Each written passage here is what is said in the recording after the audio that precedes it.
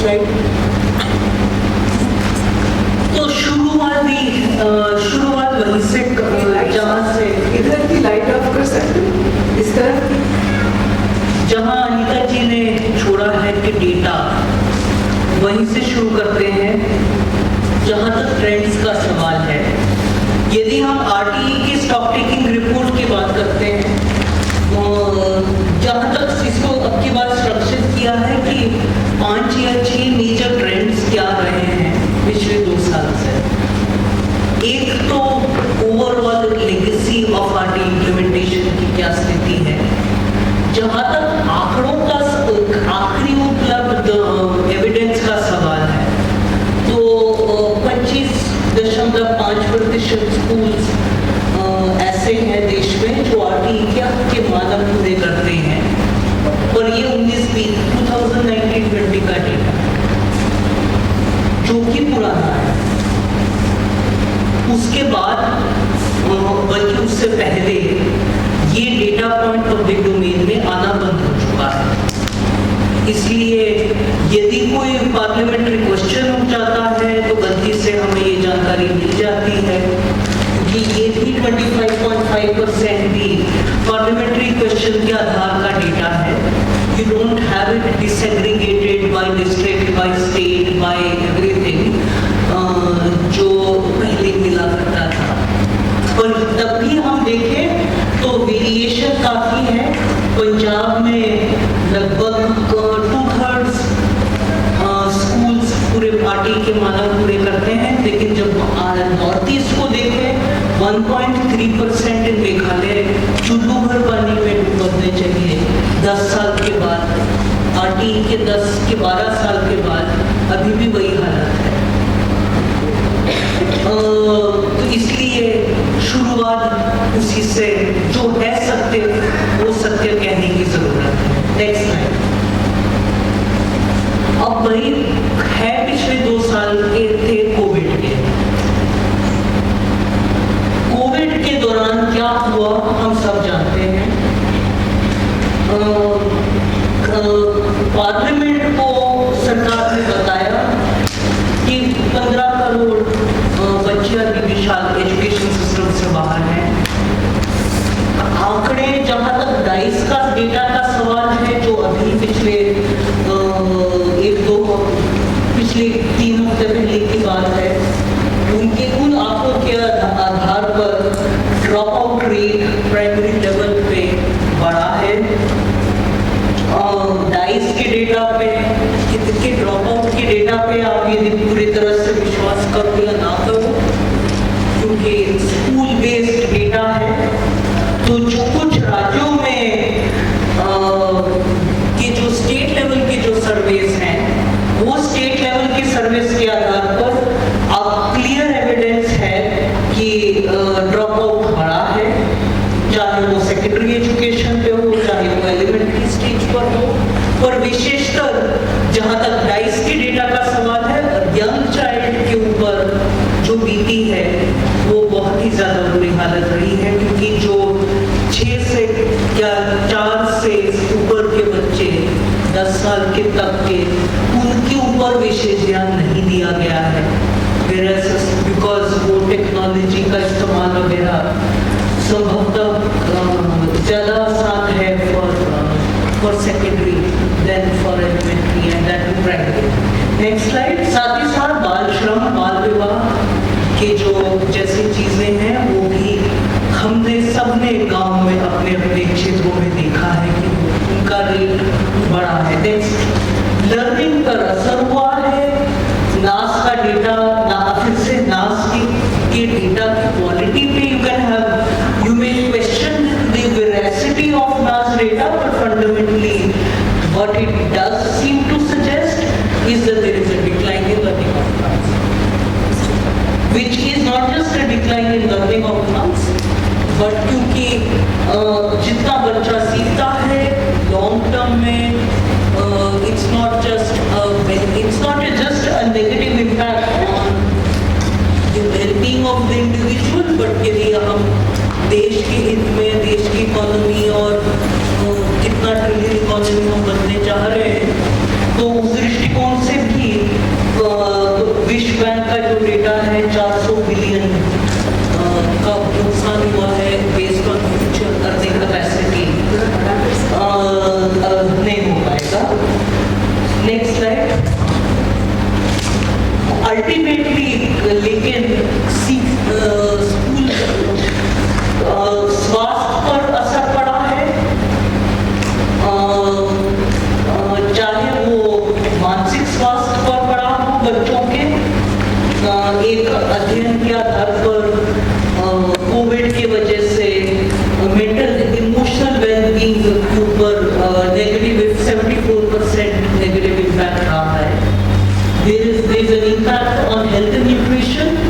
पहले से बच्चे कुपोषित थे, पहले से अति कुपोषित बच्चे थे हमारे देश में, और उस दौरान जब मध्याह्न भोजन स्कूल में नहीं मिल रहा था, जब विशेषकर हॉट कुक्ड मध्याह्न भोजन नहीं मिल रहा था, जब आंगनवाड़ी का एक राशन कट गया, उस समय ये नॉट अनएंटिसिपेटेड है कि न्यूट्रिशनल स्टेटस बच्चे का कम हुआ है। नेक्स्ट, पिछले 2 साल में क्या बीती है सबके ऊपर डिजिटल डिवाइड के नाम पर। हम सब जानते हैं कि गरीबों के पास मोबाइल फोन नहीं है। हम सब जानते हैं कि पुरुष की डिजिटल डिवाइड एक जेंडर डिवाइड है। तो चाहे वो यूएस हो, चाहे वो भारत हो, चाहे वो युगांडा हो, चाहे कुछ भी देश हो दुनिया का, सबसे विकसित जेंडर का डिवाइड है, डिजिटल डिवाइड है। तो इसके बावजूद हम सरकार ने डिजिटल मोड्स का इस्तेमाल किया, और जिसमें जो प्रभावित हुए हैं, शिक्षा प्रभावित हुई है लड़कियों की, शिक्षा प्रभावित हुई है विकलांगों की, शिक्षा प्रभावित हुई है दलित आदिवासी समुदाय के बच्चों की। और क्यों प्रभावित हुई है? क्योंकि एक तो ठीक है कि डिजिटल डिवाइसेस का एक्सेस नहीं है, पर साथ ही साथ सिर्फ डिजिटल डिवाइस का एक्सेस का मसला नहीं है, वो इंडिविजुअलाइज किया है इंस्ट्रक्शन को। जिसके घर में है मोबाइल फोन वो जिए, जिसके पास नहीं है मोबाइल फोन उसका नुकसान। जिसके घर में मोबाइल फोन है, जिसके घर पे पढ़े लिखे माँ बाप हैं, जिस घर में जो बच्चा समृद्ध घर से आता है, जहाँ सेकंड फर्स्ट जनरेशनल लर्नर परिवार से बच्चा नहीं है, वहाँ पर उसकी पढ़ाई असर नहीं हो पाएगी ठीक से। वो शायद हम एक तरफ से सरकार ने मान लिया कि बिना सपोर्ट के, बिना टीचर के, बिना स्कूल के चल सकता है सिस्टम। हाँ, ये सरकार ने जरूर बहुत से टीचर्स को और बच्चों को डिजिटल डिवाइसेस दिए, जिसका डेटा उन्होंने पार्लियामेंट के साथ शेयर किया है। पर जो शेयर किया है, जो डिजिटल डिवाइसेस डिस्ट्रीब्यूट हुए हैं हमारे ओवर 1 बिलियन पॉपुलेशन के एस्टिमेट के हिसाब से बहुत कम है, और शायद वो अप्रोप्रिएट भी नहीं है। स्कूलों को डिजिटल एक्सेस करवाओ पहले, हर इंडिविजुअल को डिजिटल एक्सेस दिलाने से पहले, ये उम्मीद रखने से पहले। Next slide. असर क्या हुआ भाई? शिक्षा में गड़बड़ाहट, जहां से जिन परिवारों में कम से कम 10वीं तक, कोई एक परिवार में कम से कम एक व्यक्ति जो 10वीं तक पढ़ा लिखा है, उनमें दो गुना ज्यादा संभावना है कि वहां पर एक स्मार्टफोन होगा, और 2 गुना फिर से उसकी संभावना है कि वहां पर कम से कम कुछ सपोर्ट मिलेगा। जो गरीब परिवार से है, जो वंचित समुदाय से है, वो गारंटीड एक्सक्लूजन के शिकार रहे हैं। और टीचर्स का जहां तक सवाल है, टीचरों की भी शिकायतें रही हैं 2 साल तक कि कोई रैपो नहीं बन पा रहा है बच्चों के साथ। हम कोशिश भी कर रहे हैं, पर बच्चे सीख नहीं पा रहे हैं, हम उनको शक्ल नहीं देख पा रहे हैं, वो सुन रहे हैं कि नहीं सुन रहे हैं, कहाँ पर लर्निंग डिफिकल्टी आ रही है, वो हम उनकी डाउट क्लियर नहीं कर पा रहे हैं। उनको हमें खुद को नहीं सिखाया गया है कि हम डिजिटल डिस्टेंस मोड से कैसे सिखाएं।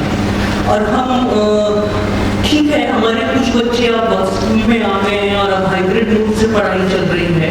अब हाइब्रिड कैसे पढ़ाएं, वो तैयारी नहीं की गई है टीचर्स की पर्याप्त तरीके से।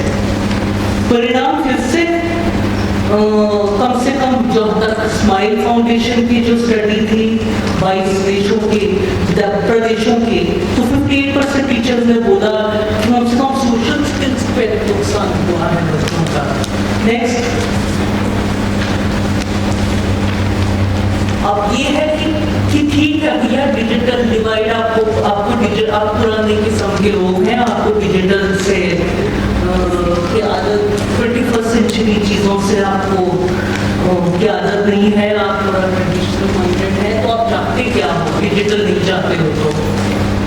सो देयरफॉर ऑफलाइन मोड्स के ऊपर विशेष ध्यान नहीं दिया गया है।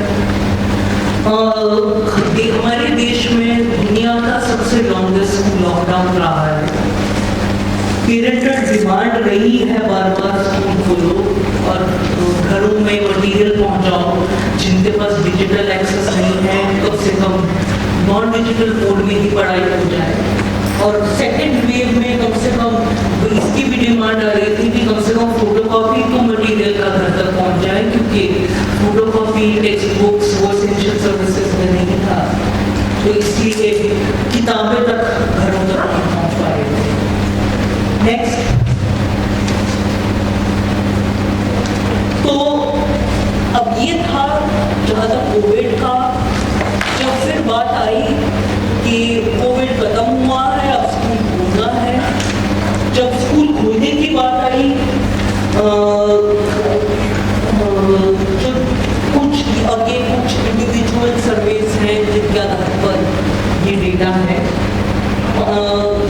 ये शायद ऑक्सफैम की सर्वे के आधार पर कहा 2 in 5 गवर्नमेंट टीचर्स ने बोला कि भाई हम तो खोल दिए स्कूल, पर जो कोविड के जो प्रोटोकॉल्स हैं, जब भीड़ आती है बच्चों की स्कूल में, तो उस भीड़ को कैसे हैंडल करें, क्योंकि टीचर की शॉर्टेज है। टीचर्स का कहना था कि प्रोटोकॉल्स, कोविड के प्रोटोकॉल्स फॉलो करने के लिए जो इक्विपमेंट चाहिए, चाहे वो सैनिटाइजर हो, चाहे वो मास्क हो, चाहे वो इमरजेंसी हेल्थ केयर के लिए प्रावधान हो, भगवान ना करे बच्चा बीमार पड़ गया कोविड से तो क्या करें। उन 54% स्कूल्स के टीचरों ने बोला कि हमारे पास वो न्यूनतम चीज़ें हैं। ओनली 48% टीचर्स ने बोला कि मेडिकल फैसिलिटीज इमरजेंसी केयर के लिए अवेलेबल है, और आधे ही ने बोला कि कोविड प्रोटोकॉल्स के लिए मॉनिटरिंग और सपोर्ट ऊपर से सिस्टम से मिल रहा है। अंत में बच्चों ने बोला कि 1/3 बच्चों ने बोला कि कम से सिर्फ ट्रांसपोर्टेशन की जहाँ तक बात है वो सुनिश्चित नहीं हुई है। जब खोला तो बिना तैयारी के खोला, बिना सिस्टम को तैयार किए बिना।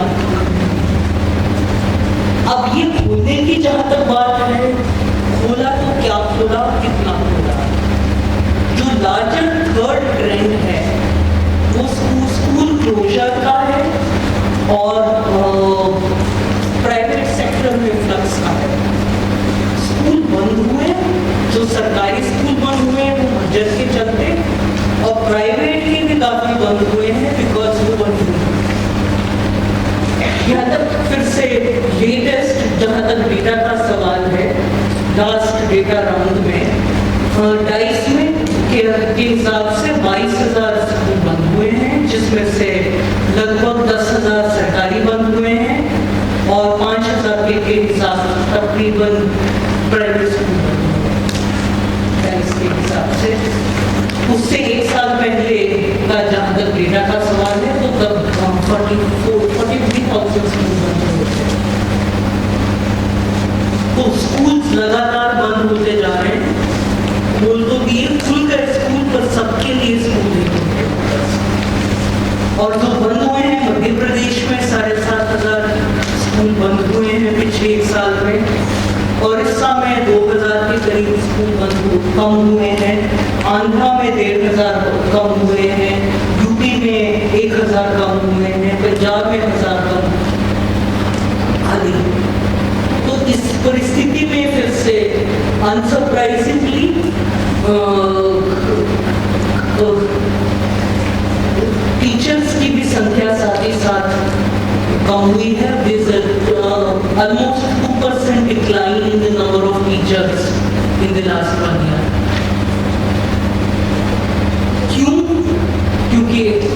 काफ़ी तक प्राइवेट स्कूल का तो हम सुनते ही आ रहे हैं कि प्राइवेट स्कूल्स को के टीचर्स को सैलरी नहीं, वेतन नहीं मिल रहा था कोविड के दौरान। पर fundamentally schools are getting closed at this rate. A loss of 2% of teachers in 1 year is a major loss to the teaching profession. साथ ही साथ प्राइवेट स्कूलों में नामांकन कम हुआ है फिर से लगातार second year of this decline in the enrollment in private schools and a corresponding increase in the enrollment in government schools. अच्छी बात है कि बच्चे प्राइवेट स्कूल्स का में से नहीं सरकारी स्कूल में जा रहे हैं, पर शायद this may not be the best reason why people are choosing to go for government schools, because they can't afford to and not because they have great faith in the government system. So therefore, but it does, next slide, it does suggest that there is something that needs to be learned about the unsustainability of private schools. Crisis में, मुसीबत में, दिक्कत के time शायद private schools are not the most effective mode of instruction. Next slide. So what else is related to private schools? So again, 84% of parents have said that the government has been unable to regulate private schools. पिछले 2 साल में बहुत teachers ने, बहुत parents ने protest किया कि private schools बंद हैं, इसके बावजूद फीस बढ़ाई जा रही है, गलत है. तो एक सर्वेक्षण के अनुसार 40% ऐसे प्राइवेट स्कूल्स हैं जिन्होंने फीस बढ़ाई है पैंडेमिक के दौरान. इसके बावजूद के उदाहरण के लिए CBCR ने स्पष्ट रूप से निर्देश दिए थे कि फीस नहीं बढ़ानी है कोविड के दौरान, जब लोगों की आमदनी जारी है, जब इकोनॉमिक क्राइसिस है फैमिलीज के ऊपर. 60% पेरेंट्स ने बोला कि उनकी specific school supply specific vendor से ही नहीं है. 60% तकरीबन बोला कि ऑफिशियल फीस के अलावा एक्स्ट्रा फीस लगती है. और फिर से लगभग 1/3 पेरेंट्स का कहना था कि एक्सेस टू एजुकेशन घटा है, ऑनलाइन क्लासेस का एक्सेस घटा है during the pandemic because of non payment of fees. So therefore, obviously, right to education has been affected drastically. Next, नई मुसीबत आई है पिछले 2 साल में, वो एडटेक सेक्टर है. वो जो अब ई लर्निंग के लिए भारत सबसे दुनिया का 2nd लार्जेस्ट मार्केट बन गया है. 330 बिलियन का उसका इवैल्यूएशन है, जो भारत के बजट का से दुगना billion. Why is it why am I saying मुसीबत है? Because it's a fundamentally it's an unaffordable. If you look at the cost, the average cost of EdTech product for a single individual is 77.5% of the annual per capita income of the lowest wealth quintile in India. तो यदि बढ़ रहा है tech sector, वो किस लिए बढ़ रहा है, किसके लिए, कौन इसका फायदा उठा सकता है और किसको नुकसान होगा, वो आप समझ सकते हैं. और विशेषकर इस परिप्रेक्ष्य में जो PPP विद टेक सेक्टर बहुत बढ़ रहे हैं. विशेषकर उदाहरण के लिए बायजूस ने बहुत PPP किए हैं, कुछ 1-2 राज्यों के साथ, नीति आयोग के साथ आगे. नेक्स्ट, एक है जो शायद from a longer term perspective, there have been some movements on issues which are beyond RTE, which is with respect to extension of the RTE Act, early childhood as well as secondary. जहाँ तक early childhood का सवाल है, as I said, the negative impact has been on the young child. Learning के लिए inputs, जहाँ तक सर्वेक्षण का सवाल है, शायद ये सेव द चिल्ड्रन का सर्वेक्षण था, 26% of households did not receive any support from Anganwadi centers for learning. 8 out of 10 preschool children did not receive home visits by Anganwadi workers, and 82% households did not see any learning support from the community. उसका असर है कि access to early childhood education was negatively impacted. It's not just in terms of Anganwadis, but also in terms of the running of creches for working mothers. And also at the same time बहुत ध्यान दिया है सरकार से, बहुत वादे, बहुत emphasis on regional literacy और learning पे जरूर emphasis जाता है, but what extent this is truly translating into emphasis on the rights of the young child remains a question, because it seems to be working in isolation from the overarching questions of the overall well-being of the young child. Next, साथ ही साथ जहाँ तक secondary का सवाल है, sector थोड़ा अलग है. The out of school rates are much higher in this sector. There are also very poor infrastructure for delivery in terms of availability of schools, etc. At the same time, जितने emphasis जो सुनने में मिल रही है from the government for the last 2 years has been to a substantial degree about vocationalization of the sector instead of increasing the secondary education net. यदि हम कह रहे हैं कि RT का extension हो for a holistic secondary education, that's not the signals that we are getting. Next, भाई अंत में बोल देना चाहिए कि एनईपी आया था पिछले 2 साल में, तो आया, पॉलिसी मेजर्स बहुत अनाउंस हुए, प्लान भी बना, नेशनल करिकुलम फ्रेमवर्क का रिवीजन चल रहा है और कुछ टेक्स्ट बुक्स की रिविजन्स भी चल रहे हैं जो काफ़ी इंटरेस्टिंग तरीके से विशेषकर कर्नाटका में और अन्य प्रदेशों में अनफोल्ड हो रहा है.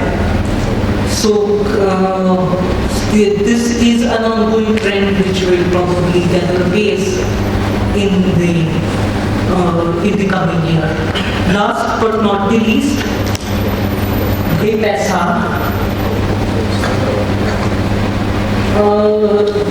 कब शिक्षा पे 6% GDP हमारे जन्म से पहले प्रॉमिस हुआ था, अभी तक नहीं हुआ.